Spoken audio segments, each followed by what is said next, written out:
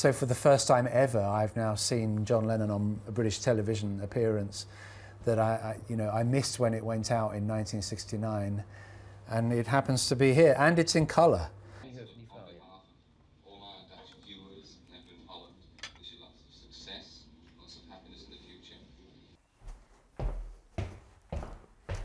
Nou, dat is hem dan. Ik werkte in de jaren 80 bij de KRO.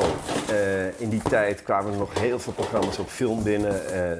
Die hoeveelheid films die stapelden zich maar op. En op een gegeven moment moest er een grote opruimactie plaatsvinden. Er werd een chemische afvalcontainer besteld.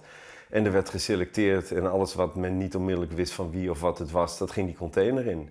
Daar zat een doos tussen en er stond grote letters op John Lennon's Honeymoon Part 2. Ik zei, mag ik die meenemen? Nou, geen probleem, gaat anders toch, wordt toch vernietigd. Zodoende.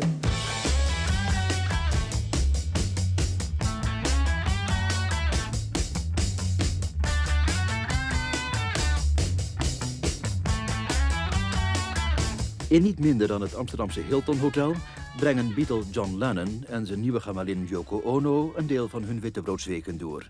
We could possibly do events here. Yes. More events here, yes. Everywhere where we can spread the word, peace, you know. Destijds heb ik de film laten scannen, omdat ik nog bij de omroep werkte, kon dat. En ik heb er met plezier naar gekeken, maar ik ben het ook een beetje vergeten. En ik heb me nooit gerealiseerd dat dit uniek materiaal zou kunnen zijn. Want ik dacht, dit is een kopie. En er was nog geen internet natuurlijk, dus je kon zaken niet checken. Totdat nu het 50-jarige jubileum van het bezoek van John en Yoko aan het Hilton... een oud collega aan de deur klopte. Zeg, had jij niet een film ook van John en Yoko in die tijd? En toen heb ik hem weer eens uit de kelder gehaald. Goodbye Amsterdam. I don't mind dying as the world's clown. De gerespecteerde Beatle-biograaf Lewison was vandaag in Amsterdam. Op ons verzoek bekeek hij de opgedoken film. It's very special because it's rare. I didn't even know it existed, and it hasn't been seen by anybody publicly or possibly ever. And it's a great addition to the archive. You know, it's another half an hour of film of John Lennon and Yoko Ono that will tell us things, that will make us more informed and better appreciating what they did than without it. So I'm always pleased to find new things. Nou, het bijzondere is dat het een Nederlandse ploeg is geweest. Een regisseur Peter Goesens en een cameraman Mats van Hensbergen. Waar we geen sporen meer over terug kunnen vinden. De film, dit is part 2, maar het was een film uit 2 delen. 2 filmrollen die samen 84 minuten waren. Die zijn vertoond op het Edinburgh Filmfestival in 1969. En de KRO schijnt er een rol in gespeeld te hebben. En die schijnen hem ook uitgezonden te hebben in 1969. En daar houdt het op, totdat er 1 deel opduikt op een plank in de kelder bij de KRO.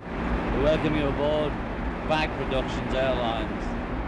We're flying at a speed of 5 miles an hour, approximately 3 feet off the ground. We'll be reaching Austria in about 5 weeks. After John and Yoko left Amsterdam, they went to Vienna, where they did a press conference in a bag, and then they flew back to London. And of course they were hot news because they had been doing such extraordinary things in Amsterdam and then Vienna.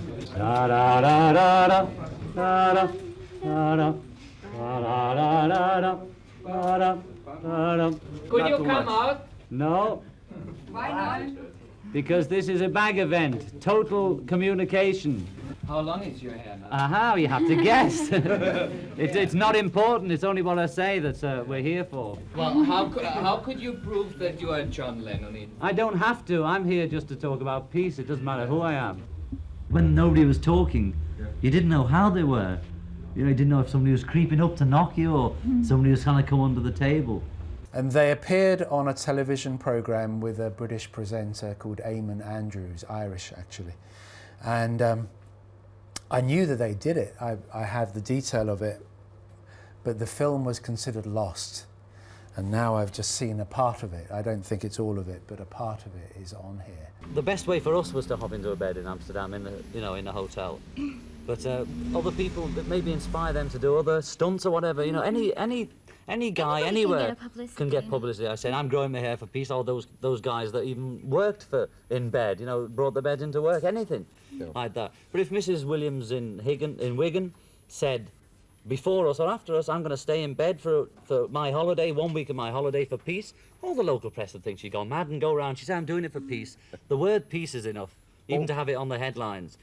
So for the first time ever, I've now seen John Lennon on a British television appearance that I missed when it went out in 1969, and it happens to be here, and it's in colour, and it went out in black and white because that's how the TV was then, but here it's in colour. So it's a great opportunity to see that as well, to understand what that broadcast was. Nou, het bijzondere is dat de film eigenlijk niet aan de kant van de journalisten staat, maar dat het een ploeg is die echt ingehuurd is door John en Yoko om hun wetenswaardigheden als een soort visueel dagboek bij te houden. Hun standpunt. Hun standpunt. Dus op het moment dat de journalisten verzocht worden om ook de kamer te verlaten, filmt de filmer door.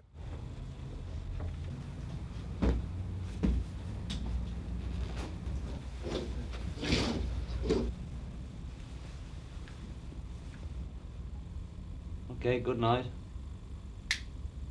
John and Yoko were going through a period of chronicling their own lives with both film and audio recordings. So in the year of 1969, they were basically being followed by cameras much of the time. Not all the time, but much of the time. And they were certainly doing things in the public eye. So with that great quantity of film, it's easy for one tin to go astray, you know? You end up with many, many tins at the end of a week's filming, and it's been processed and developed. And it's just one of those tins that somehow got separated from the others, but thankfully kept for 50 years.